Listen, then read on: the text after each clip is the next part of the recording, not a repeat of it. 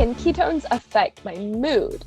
This is actually a really interesting area of research that's happening right now. There's a lot of really incredible physicians and scientists studying this possibility. So we know that ketones influence the neurochemistry of the brain. We know that these important neurotransmitters that are dysregulated can be stabilized in a state of nutritional ketosis. So it's perhaps not surprising that we're starting to see reports of other applications of ketosis and ketones. This is something that has not been fully vetted or studied, but is actively ongoing right now.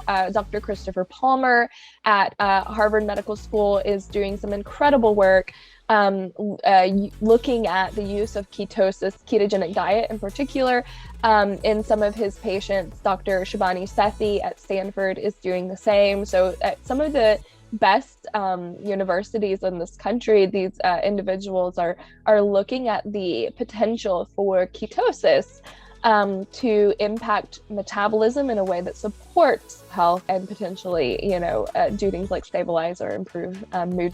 It's a pretty cool area of research, but again, it's very, very new.